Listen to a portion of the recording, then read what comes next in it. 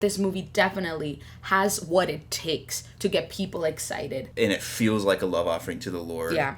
Previously on Christian Creatives React. We're going to the movies to see Light of the World at an early screening.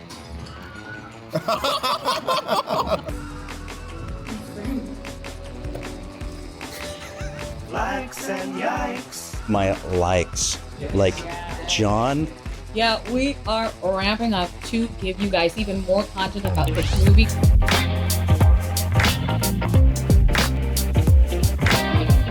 Hi, my name's Hephzibah. And I'm Travis. And we are two Christian creatives who love reacting. Welcome to Christian Creatives React. So today we are doing our full review of the movie Light of the World. You maybe joined us on our field trip to go to an early screening of the movie a little while back, and we really loved it. We had a great time. We brought some friends, and we specifically didn't want to spoil anything during that episode. So now we want to give you the full conversation, which will include some spoilers. So if you haven't seen it, if you're waiting, if you hate spoilers, like I do, this is not for you. Just wait. Watch the other one. But if you're still here, we want to share with you our likes and yikes. That's good. Sean, please cut that out. Please. Nope. Likes and yikes. Likes and yikes. Likes and yikes. Likes and yikes. Likes and yikes. Likes and yikes. That's good. Sean, please cut that out. Please. Don't. Yikes. Go check out the movie. Come back later when you are ready to talk about Likes and yikes.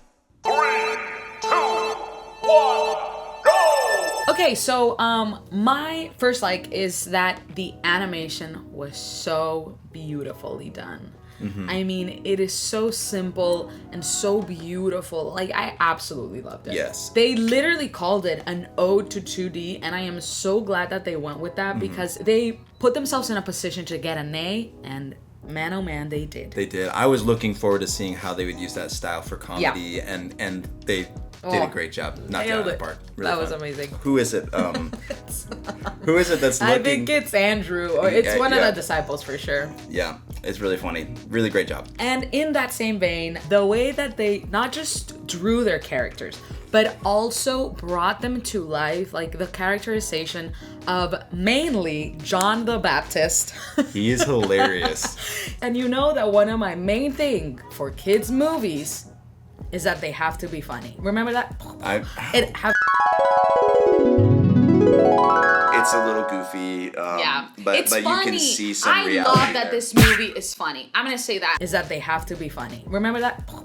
It have to be funny because that's the way that they connect to life, joy, and so making John the Baptist so perfectly funny and likable and like even strange. He like he's a strange character in the Bible, and even having Jesus reacting to how John the Baptist was particular. Yes, Jesus and John the Apostle have a little moment where they connect about like, oh yeah, he eats locusts and they're both like, yuck. I knew a guy who ate those. The baptizer? Hi. And obviously, John the Baptist to me is like my favorite character out of all of them. Like the first time he's introduced, he's like in a tree getting like a honeycomb. Oh my God. It's so funny. And he's like, hey, catch! Throwing things at They do a good job of character introductions in general. Most of the like people the way have they introduced Jesus. So amazing. It was so fun. Yeah, it was like, so cute. Oh, are you Jesus? Yes. Of Nazareth? No. Yeah, there's some really great character intros. Yeah. Okay. Next. And then last one that I'm gonna say right now is that it was such amazing didactic writing. It was so good. Like the way that they just wrote, I feel like they asked themselves the question over and over again. How can we make this palatable for children? How can we help them understand this? How can we talk about this in a way that will help them understand what actually was happening? I think that the heart was very, very visible, that what they were trying to create with this movie, which is still it's still a very artistic, beautiful movie. But like, I can see that their ultimate goal with making that was 100% teaching children about the gospel. And I absolutely appreciate that because they didn't lose one thing to get the other in beauty. Like their quality is like top notch, and the didactic heart behind it is also top notch. So a little vocabulary lesson, didactic. Ooh. Yeah. Didactic means it's a teaching tool. Primarily, you're trying to communicate an idea versus just trying to express. Tell a story. Yes, it's not just a story, but you're supposed to learn a lesson from it. Yeah. And the proof in the pudding was there was a young boy in the audience who said, I go to church and I go to Sunday school and I have a hard time understanding a lot of things about Jesus, but I feel like I learned so much watching this movie. Like he literally he understood said that, things that he hadn't understood before. So there is definitely a power that I think cinema has that I feel like as Christians we're finally tapping into, of like turning concepts into understandable things through visuals. Yeah. And I'm so happy that this ministry was like, we're going to invest in actually doing this to the best of our ability and to use this tool that is in our hands. And they did so like in such a beautiful, like treating it as an art. I love it. I love when Christians treat art as art. Even if it's didactic, it is still art and it can still be beautiful. And that's what they did a really good job of making a beautiful teaching tool. Okay, so my likes. I think they did a really good job of portraying Jesus as a man of sorrows. Oh yeah. As a man with a full spectrum of emotion, you do see him weep over losing his friend, losing John the Baptist. You do see him crying in Gethsemane, and then you see the way that affects the relationships and the dynamics with the disciples. It's really well done, and that kind of comes to a head in Gethsemane with a conversation with John the Apostle. We'll get to that in a little bit. The voice acting is another huge like for me. It is top. I think that this cast did a better job than all the A-listers in King of Kings. No shade, but big props to this cast.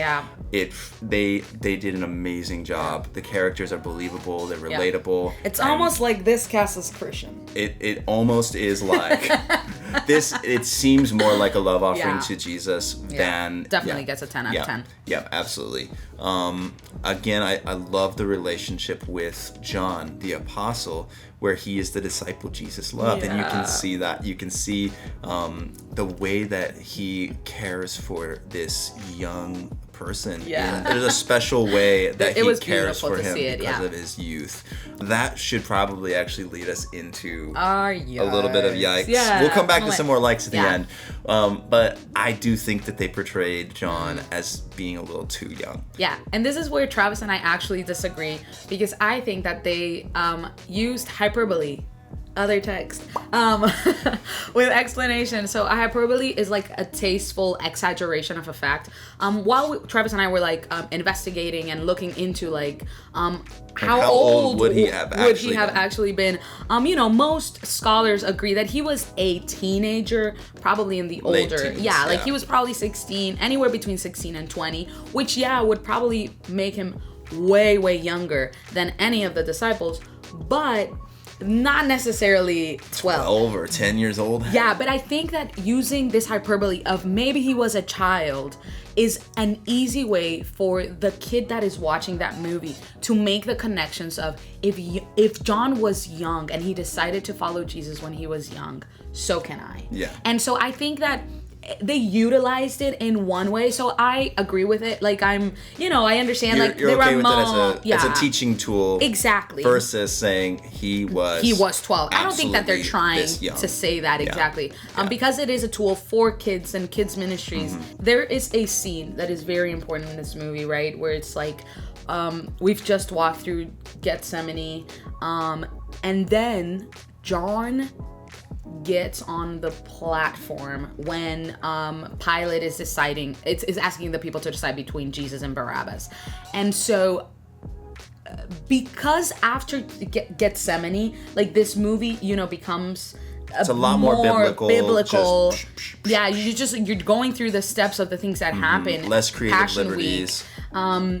taking the creative liberty to say that John got on that platform, I just felt like, Yeah. oh no, wait, like, He, like, why gets are they up, doing that? He's like, no, don't do this. Don't choose. Yeah. And so I was like, I understand that he's upset. And it makes sense to me that they want to connect the child to, like, okay, being really upset and not understanding what's happening. And I know that they probably wanted to bring back that character that they had that Jesus healed his the servants. Roman soldier. Yeah. And so, and I know that they wanted to do that, but I feel like they could have done that in another way. Like, he didn't have to get on the platform for that. Like, he could have just been like, oh, you're a kid. What are you doing in this crowd? Like, go home.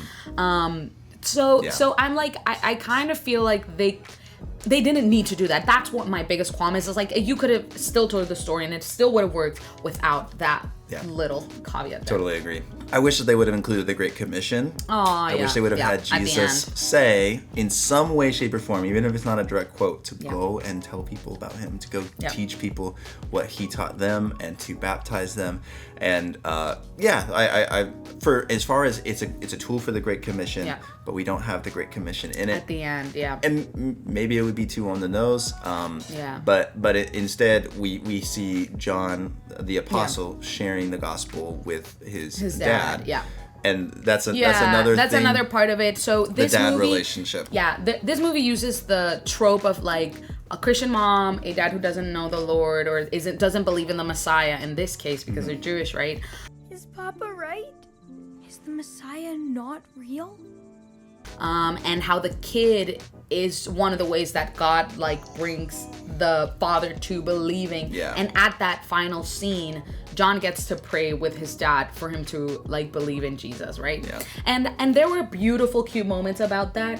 But I think that I feel like that's such an overused trope. I don't know how they could have made it different. The gruff dad who doesn't get his son. I feel like it's my comparison to that is Cloudy with a Chance of Meatballs. Oh, yeah. He's very similar also. Flynn. At all. Flint. Flint Lockwood. Flint Lockwood. Flint Lockwood. Flint Lockwood. Flint Lockwood. Flint Lockwood. Flint Lockwood. Yeah. He doesn't understand his son, and then eventually he comes around, and it's like, okay. When are you gonna accept that this is who I am instead of trying to get me to work in some boring tackle shop? Good luck, son. So there's that part. I feel like I would have gone for a different trope in that sense, but I understand it for that scene in the end where it was like, oh, now we get to see this kid, we get to see John preaching the gospel to somebody else and having the opportunity of praying the salvation prayer with them, which is another part that I think I would have put after the credits instead of right there at the end of the movie, just so that when they did that, it could be even more didactic of like, hey, if you with my dad want to follow this prayer along to accept Jesus, let's do it right now. Okay. So at the very end, when his dad comes, then he says he wants to believe Jesus, and John just walks him through the salvation poem. This movie's made by the Salvation Poem Project. And so that's great. It is a little bit of a break from a natural relational moment. And so even if there was just a little bit more of a conversation to lead up to that, I think that would feel a little bit more natural. But this part of the film, this whole thing, this is what makes it a little bit more of a children's movie. For sure. And so that's part of the equation, and we get that. This isn't necessarily targeted toward us and like our cinematic tastes. A quick worthy of mention is the Holy Spirit. Oh, the way they show the Holy Spirit, the like power of the Holy Spirit, a dove. Is this, when it comes down, so it's that really is a moment but which then connects there's to a the soundtrack. There's a callback to it though, that you can see a visual thing of the power of the Holy Spirit when miracles happen. And so that was an interesting. That's the part of it where we're like, oh yeah, the Great Commission at the end would have very perfectly solidified. And then you see the Holy Spirit, like, because all we got at the end was like the Holy Spirit entering people, and so there's a part of it. But I think that having like, Jesus's words go together with that would have definitely been like absolutely amazing. They like fast forward past the Great Commission and into Pentecost, and it just like happens right there. Right there, Anyway, okay, so key takeaways here. Yes, this is clearly a teaching tool, not just trying to make a movie. And it feels like a love offering to the Lord. It is not a Christmas movie, so I don't feel like there's, even though we compared it with King of Kings, it's not a competition. I think they are different. It's things apples for and different oranges things. for sure. And it's a clear reminder that 2D is not dead. Yeah. We love the 2D animation. It was masterfully done. It's so beautiful. It is, yeah. All right. Very, very beautiful. Your last takeaways. Mikey, takeaways. If you have kids that you are interested in starting the gospel conversation, this movie is for you.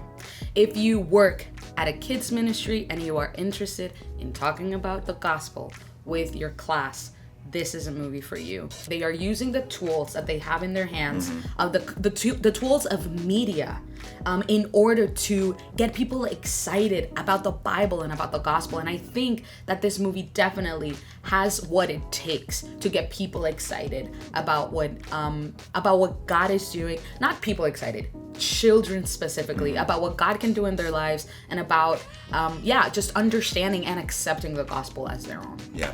So there's definitely a lot more details, a lot more things that we could talk about in this movie, but if we did, that would be a really long video. How does John end his book in the Bible?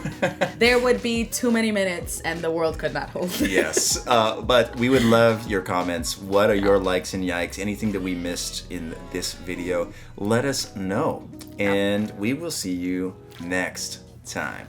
Bye-bye.